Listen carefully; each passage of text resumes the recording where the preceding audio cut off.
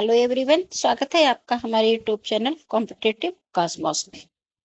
आज हम TGT PGT LT grade की परीक्षा के लिए बहुत ही इम्पोर्टेंट लेकर आए हैं। देखिए, किसी भी परीक्षा में चाहे टीजीटी हो, चाहे पीजीटी हो, चाहे एलटी ग्रेड हो, सभी में इनमें से कम 5 अच्छे क्वेश्चन 100% आएंगे। तो आप देखेंगे इसको।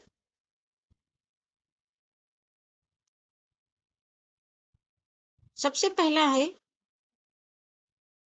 अपभ्रंश का वेद व्यास किसे कहा जाता है।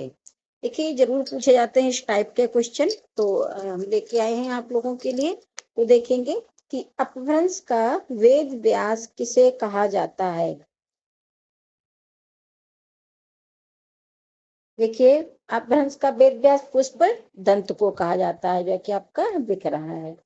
अगला क्वेश्चन है आपका, अपभ्रंश का वाल्मीकि किसे कहा जाता है। अब वेद व्यास, अब देखिए वेद व्यास और वाल्मीकि, इन कंफ्यूजन हो जाता है इन चीजों में।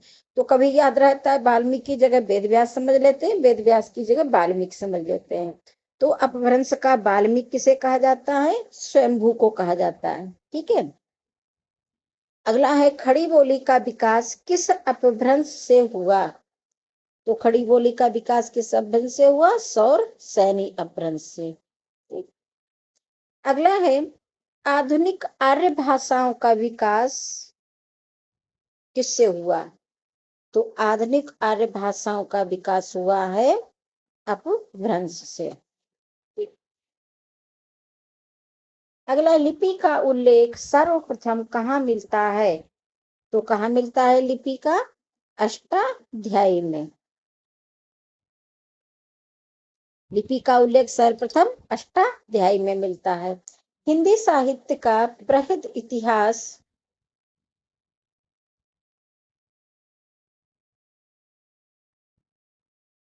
हिंदी साहित्य का बृहद इतिहास नागरी प्रचारणी सभा काशी। ठीक। तो हिंदी साहित्य का बृहद इतिहास किसे कहा जाता है, नागरी प्रचारणी सभा काशी को। अगला है, राजस्थानी साहित्य का इतिहास किसने लिखा, मोतीलाल मेनारिया ने। तो हिंदी राजस्थानी साहित्य का इतिहास किसने लिखा, मोतीलाल मेनारिया ने। इससे पहले था कि हिंदी साहित्य का बृहद इतिहास किसने लिखा, नागरी प्रचारणी सभा ने। अगला है, हिंदी काव्य शास्त्र का इतिहास किसने लिखा, तो भागीरथ मिश्र ने। ठीक है। हिंदी साहित्य की भूमिका, ये किसने लिखा है, ये लिखा है हजारी प्रसाद द्विवेदी ने। याद रखेंगे, हजारी प्रसाद द्विवेदी ने इसके। अगला है, हिंदी साहित्य का आदिकाल, तो इसके भी हजारी प्रसाद द्विवेदी हैं। इसके भी आपके हजारी प्रसाद द्विवेदी होंगे। अगला है, हिंदी साहित्य का अतीत, तो ये है विश्वनाथ प्रसाद मिश्र। हिंदी साहित्य हिंदी साहित्य का अतीत किसने लिखा है, तो विश्वनाथ प्रसाद मिश्र ने। आगे है, हिंदी साहित्य का इतिहास किसने लिखा है, तो ये तो सभी को याद होंगे, रामचंद्र शुक्ल जी हैं इसके। अगला है, हिंदी साहित्य का इतिहास दर्शन, तो नलिन विलोचन शर्मा। अगला है, हिंदी साहित्य का उद्भव व विकास, तो हजारी प्रसाद द्विवेदी होंगे। हिंदी साहित्य का वैज्ञानिक इतिहास किसने लिखा है, गणपत चंद्र गुप्त ने लिखा है। हिंदी साहित्य और संवेदना का विकास किसने लिखा है, तो ये लिखा है राम प्रसाद चतुर्वेदी ने। तो देखिए, आप लोग इनको जिस तरीके से हमने नोट डाउन किया, आपको बताया है। तो आपको बताया किस लिए है कि आपकी भी इस तरीके से तैयारी हो जाए।